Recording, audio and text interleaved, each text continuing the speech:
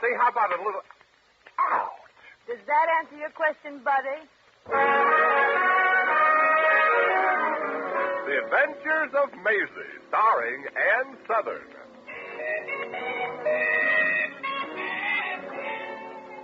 You all remember Metro-Goldwyn-Mayer's famous Maisie pictures. In just a moment, you'll hear Maisie in radio, starring the same glamorous star you all went to see and loved on the screen, Ann Southern. But first, your announcer.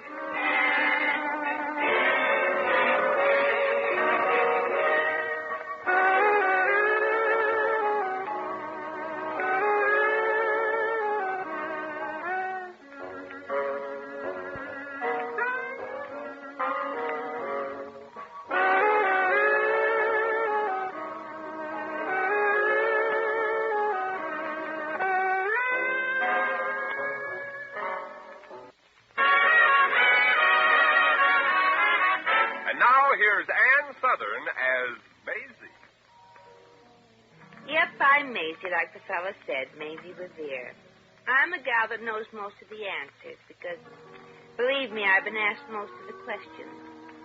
That's why maybe when I met Eddie Jordan, I knew it was the real thing. Eddie and me, we've been engaged a long time now, but we can't get married because Eddie's income ain't been coming in steady enough.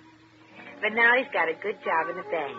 In the interest adding up department. Right now, I've dropped in on the bank to see how he's getting on. And also, since it's my birthday next week, I'd better start dropping hints about a present. Because with Eddie, you got to get to work early. 68 times 10 is 680. 9 into 34 doesn't go. Well, try again, Eddie. Maybe it can. Maybe it can. Maisie! Hello, darling. Don't mind me. Just go ahead with your work. I'll just watch. Sure, honey, but the boss, Mr. Gillespie, doesn't approve of we clerks working to an audience. I'll see you tonight. 9 into 34 is... Eddie, I just dropped over to tell you don't really have to. Don't have to what? Well, just because it's only 7 days to my birthday, you don't have to spend your hard-earned money just to buy me a present. I know I don't have to. But if you're going to be a pig-headed dear and insist on getting me something, I guess there's nothing I can do about it. Yeah, your hands sure are tied. Now, honey, I've got a lot of work to do, and you can be a big help. Oh, you mean like giving me a hint about what I want you should get me? Okay. What do you want? Well, it's pretty hard to think at 10 o'clock in the morning. Maisie, it's 11 o'clock. It is?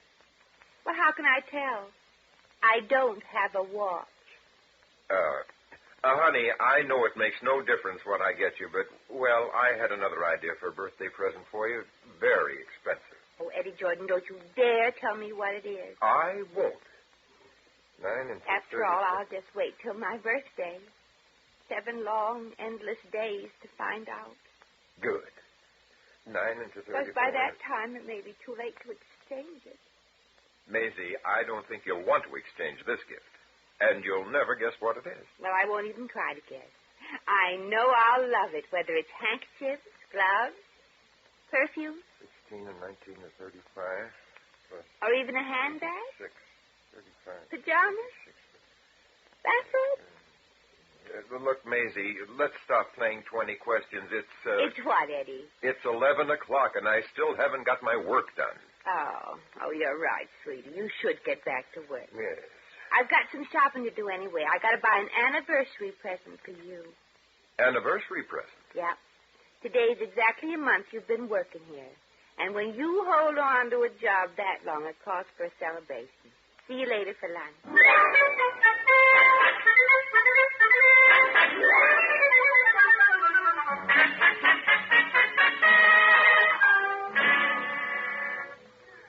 And you really think my fiancé, Mr. Gillespie, would like this girl's cigarette case as a gift, Clark? Oh, he should, Miss Cavendish. It's positively dreamy. I don't know. After all, Mr. Gillespie has very expensive taste. He's a bank president, you know. As I know. But he'd just adore this cigarette case, Miss Cavendish. It's the most expensive one we carry. Mm-hmm. Well, then I think I'll buy it. Put it on Mr. Gillespie's charge account, will you? I shall take care of it immediately, miss. Just as soon as I wrap the gift Mr. Gillespie just bought here for you. For me? Oh, Well, I do hope the dear, impetuous darling didn't go utterly off his conk and buy me something silly. Something I couldn't hawk. Hardly, Miss Cavendish. Why, just know I shouldn't even give you a teensy-weensy peek at his gift. The floor walker caught me. I just know it might mean my carnation. But I just can't resist showing it to you. Weak-willed one, aren't I? All right. Give with a gift. Oh, at once, miss. There. Yummy, isn't it? Oh, it knocks me out. A heart-shaped pin encrusted with diamonds, rubies, and emeralds. Pounds and pounds of them. $10,000 it cost, Miss Cavendish. And you'll just drool when you see the inscription on the back. To Lamekins from her babykin. Oh, the dear boy. After him giving me an expensive gift like this, I'll have to get him something else besides just the cigarette case. Oh, but yes. Clark, where is your tie department? Third aisle to your left, Miss Cavendish. Oh, pardon me, there's a customer at the other end of the counter. Yes, miss. Something for you today? Oh, yeah. I'd like to buy a cigarette case for my boyfriend. I think I'll take one of those cigarette cases over there. How much are they? $320. I'm just looking. Oh, Maisie. Oh, Merton, what are you doing here? I got wonderful news for you, Maisie. Gosh, ain't it exciting? I'll have to take your word for it, Merton. What happened? Well, I was home in our boarding house, I was taking a bath, and the phone rang. Naturally. And when I answered the phone, it was for you. Guess who it was. So I told the party you weren't home. Well, that was quick thinking, Mert. Who was it? None other than the famous glamour girl of pictures, Mona Cavendish. Well. Old live bait herself. She said she was an old friend of yours and that you and her used to be on the stage together. Yeah, I remember her. She could throw a bump right from neutral without winding up. Oh. And Miss Cavendish said she wanted to see you and take you out to lunch today. Did she say who's paying? No, but since she invited you and at her suite at the Waldorf, well, I thought a rich movie star would take don't go you. by what's on the surface, Mert. Under those stripes, a zebra is still just a jackass, and I know Mona. All she's interested in is money. You know how she gets it? Well, is that important, Maisie? After all, that's her business. Yeah. What I read about her business is real good. When she divorced her last 3 husbands, she collected plenty. Oh, gosh, she must have, huh? Lunch at the Waldorf don't cost peanuts. Yeah, but Mona's just inviting me up there to show how wrong I've always been about things. She wants to show off all she's got so I can compare it with what I haven't got.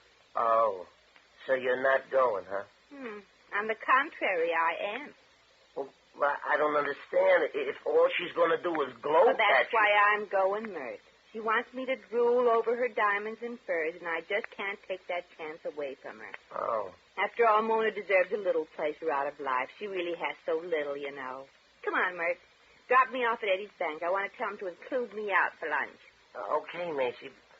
I don't get any of this. I guess I'll never understand women. Well, you're not supposed to, Mert. After all, you're only a man. Am I? Thanks.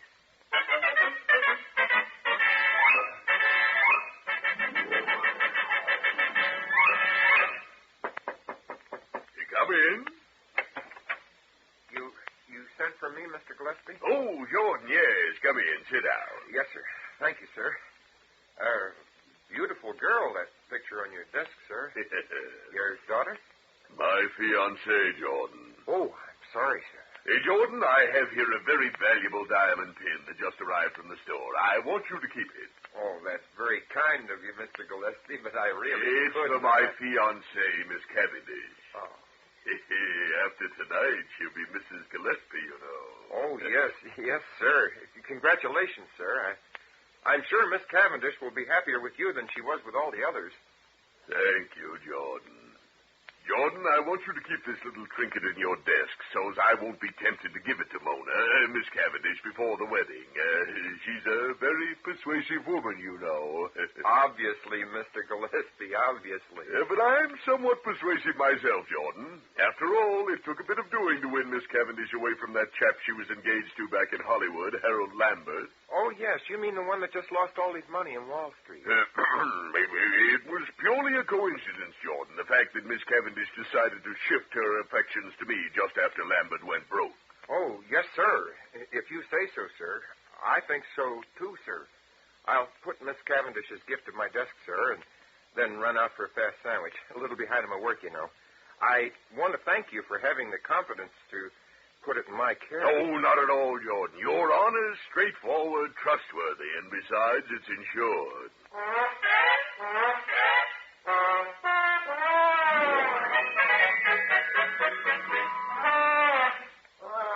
I looked all through the bank, Maisie, and I can't find Eddie. Say, maybe he's in the vault. Oh, they wouldn't put Eddie in the vault, Mert. He's a valuable man, I know, but he couldn't be that valuable. Well, you can't wait around for Eddie to show up. That lunch date with Miss Cavendish is for 1 o'clock, you know. Yeah. Well, I'll just write Eddie a note not to wait for me for lunch. Let's see, he ought to keep his pencils in his desk drawer. Oh, but you shouldn't do that, Maisie. Look through Eddie's desk, I mean. After all, you're not married yet. Yeah, maybe you're right. Merton, Hmm? do you see what I see? What? Yeah, a package, gift wrap. Ah.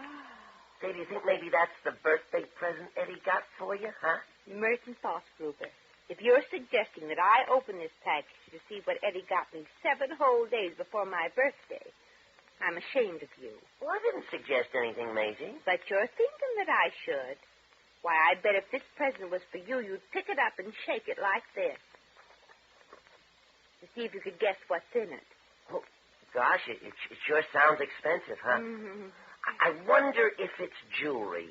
Merton Fossgruber, how can you be so utterly curious? Do you really think it is? Oh, who knows? Guess you'll just have to wait till your birthday to find out. Well, Merton, I'm ashamed of what you're suggesting. Huh? Eddie would certainly be angry if he found out that somebody had opened this package before it was supposed to be. Yeah, he would be.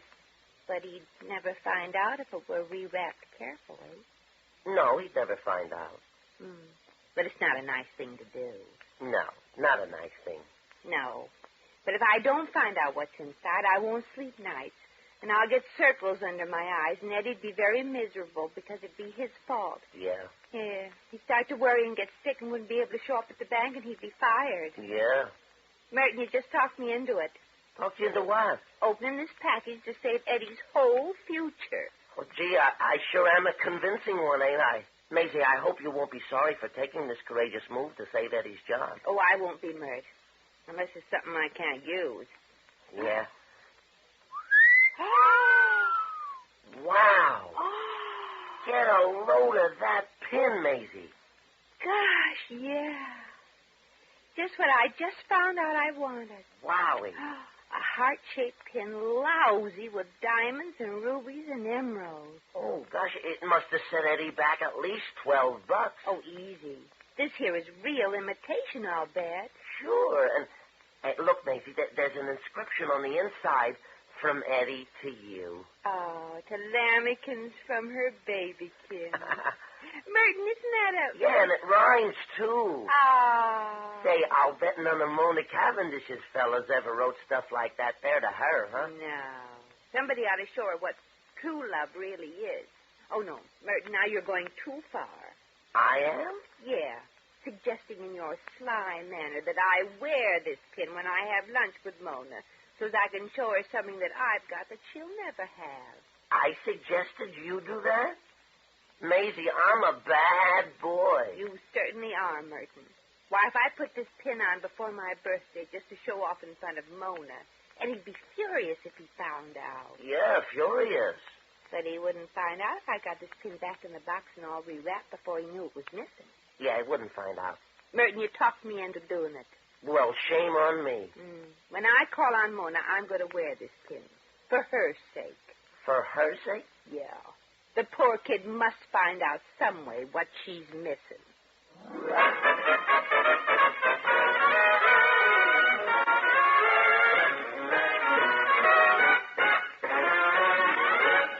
The Adventures of Maisie, starring Ann Southern, will continue in just a moment.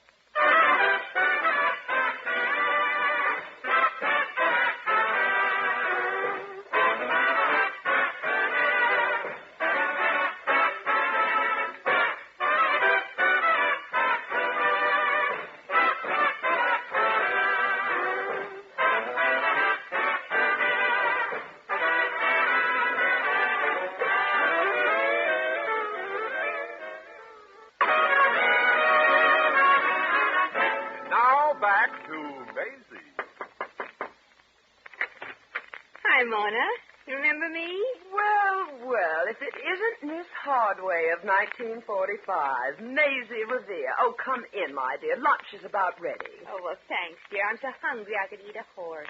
Yes, you always had a healthy appetite, darling. But I'm sorry the Waldorf cuisine is fresh out of horse today. I'm having them send up some roast pheasant on the glass instead. On the glass? My favorite dish, darling. Yours, too? Yes. But do let's sit down, Maisie. I'm utterly exhausted. All that traveling, you know. Oh, it must be quite fatiguing, my dear. All those round trips from Niagara Falls to Reno and back. Oh, you've read about my rich husbands, I gather. Oh, yes. I'm still gathering them, darling. Oh, but of course. My latest fiancé happens to be a banker. Tonight he'll be my husband. Oh, how nice for you. Is he as handsome as that Harold Lambert you just gave the brush to? Oh, no, this one is much older. And he's more the artistic type. Writes a beautiful check. Oh, well, at that age, it's nice if they can do something. Yes. Oh, darling, I wish you could see something. I don't happen to have it here, but my fiancé bought me a gift this morning that will simply knock your eye out. Oh, well, how nice.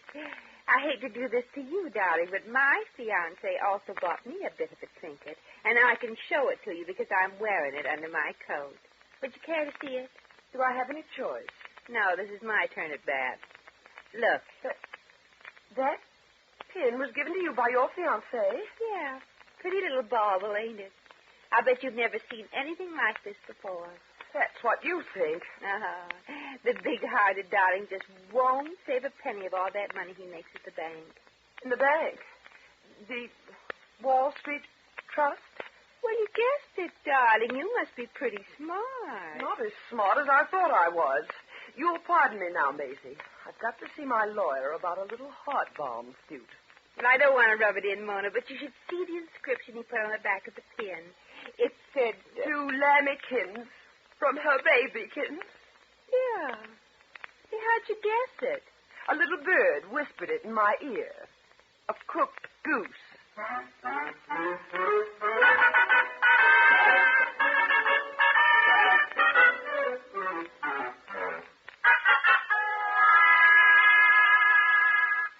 You've got to believe me, Mr. Gillespie. I didn't know a thing about it. If there's anything I can do... Would committing Harry-Carry on yourself be asking too much? Gosh, isn't that a little drastic? Now, what do you expect me to do? Congratulate you? Not only did Mona storm into my office and break a golf club over my head, my best putter, but she's also suing me for heart balm and wired Harold Lambert to fly here from the coast and marry her. She's marrying him instead of a banker like you? Yes, and after I'd already taken out a marriage license. Oh, I feel miserable. Yeah, $2 wasted. And at 4% interest, that would be... No, what's the use? Get out, Jordan. You're fired. Ooh, just wait till I get hold of that blonde saboteur, Maisie.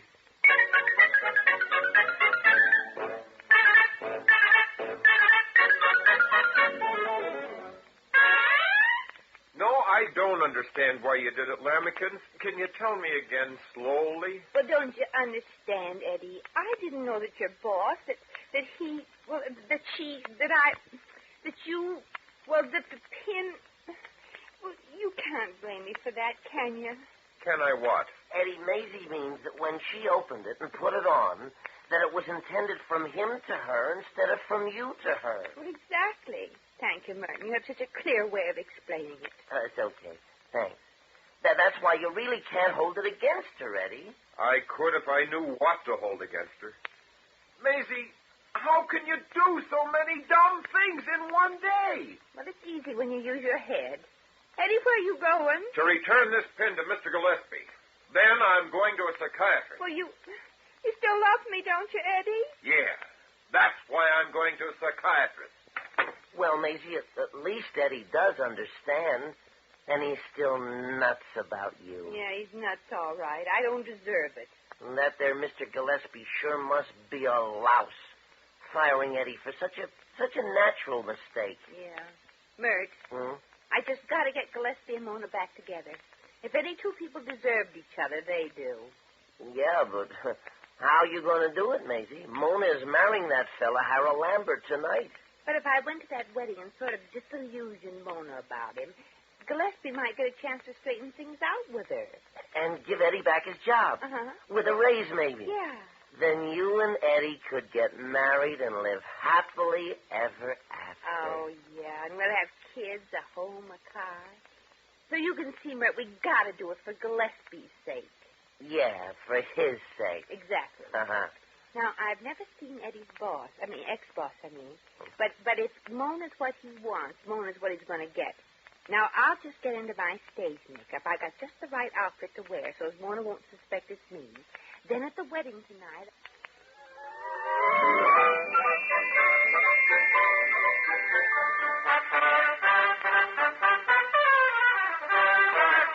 We are gathered here tonight to witness the marriage of, Mona Cavendish. Oh, thank you, yeah. Just can never understand my own handwriting in these marriage certificates. The marriage of Mona Cavendish to, Samuel Gillespie III. No, darling, you're the fourth for me, remember? Yeah, I don't care how many you've had, my dear. I realize what a truly unusual woman you are for believing my story about that diamond pin and deciding to marry me instead of that Lambert man. Oh, Sam, I just knew you were the only man in the world for me when you gave me that beautiful $10,000 pin. Yes. How did you know it was worth $10,000? I had it appraised. Continue with the ceremony, Judge. No. And now, before I pronounce you two man and gold digger, man and wife, is there anybody present who can give just cause for this marriage not be consummated? I do. She does. You do? Say, what is this? Yes, who are you? Don't you recognize me, darling? I'm the wife you deserted 15 years ago in Pittsburgh. That's a lie. I was never in Pittsburgh. Yes, you were. It was so dark there, maybe you couldn't tell. Darling, is this true? No, I never even saw this woman. Don't give me that. It's never that dark in Pittsburgh. So, Mr. Gillespie, you've deserted your wife already. And now you want to marry another one? Oh, darling, you can't bring home another wife to live with us. We have such a small house. Mona, darling, this is some sort of a joke. Well, if it is, I don't appreciate your sense of humor. How could you even think of marrying me without even getting a divorce? Yes. And giving me enough money to support our Ethelbert. Yes. You have a child? This is ridiculous. If I had a child, would I name it Ethelbert? Besides being cheap, you were also nasty. Well, all this is rather irregular. Are you certain somebody hasn't made a mistake? Yes. I have, almost. Wait, don't go, Mona.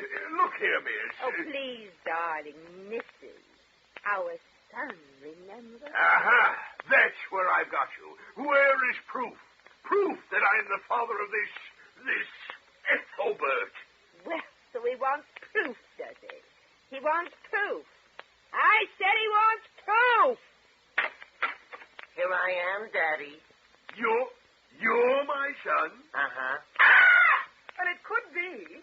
He looks like an Ethelbert. Mona, you've got to believe me. I've never been married, so this can't be my son. He is, and I can prove it. Yes, how? Son, tell him. I admit it. Well, that's enough proof for me. I'm calling this wedding off, Sam. Sam? But I thought you... Dear Mona, darling, please marry me just this once. I wouldn't marry you now if you owned all the banks in the world instead of one measly one, Mr. Gillespie. Gillespie? What did you say? I said, no, you stay in here, son. Gillespie going. Oh, I'm the one that's going. The next time a man asks me to marry him, I'm going to make sure there isn't any other woman cutting in on my alimony. Goodbye. Well, so that's all she wanted, eh? No, just your money, Mr. Gillespie. Oh, you're a lucky dog to have found out in time. I'm sorry, Mr. Gillespie. I didn't think that... I'm the one who didn't think. Look, miss, I don't know what all this deserted wife thing was about, but I owe you a debt of gratitude. If there's anything I can do to repay you... Well, yes. You can give Eddie Jordan, my fella. We'll give him back his job. Oh, sure. I'll even raise his salary $2 a week. Oh. Well, and one more thing, Mr. Gillespie. I'd like you to talk to Eddie and ask him something I simply have to know. Well, certainly. What do you want me to ask him? Ask him, what's he really getting me for my birthday?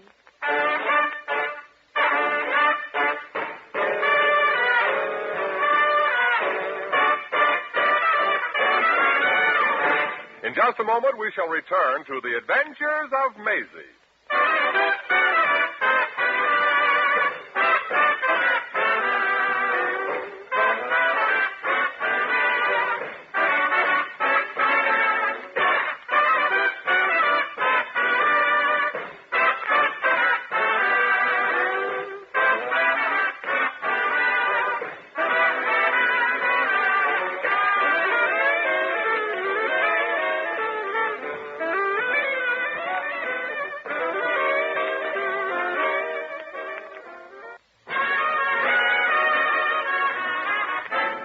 Once again, here's Maisie. Well, so Mona married Lambert, and she's off for Niagara Falls again. As if the Falls needed another drip like her. And Mr. Gillespie learned his lesson, too. He's one fellow that was all ready to embark on the sea of matrimony that was glad he missed the boat. Funny thing, though. I can only be sorry for girls like Mona. True, she has mink coats and sable wraps, but, well, you can't take it with you. And where Mona's going, it'll be warm enough without him. Well, I gotta rush back to Eddie and tell him his job is waiting for him again. And I was really only kidding about being so curious about what Eddie's getting me for my birthday. But I sure hope it ain't a book to read. I already read a book.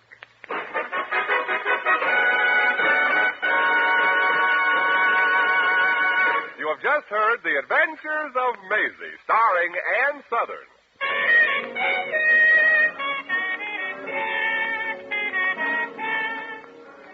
Maisie was written by Arthur Phillips. Original music was composed and conducted by Harry Zimmerman. Supporting cast included Pat McGeehan, Joan Banks, Sidney Miller, Hans Conried, and Frank Nelson. Jack McCoy speaking.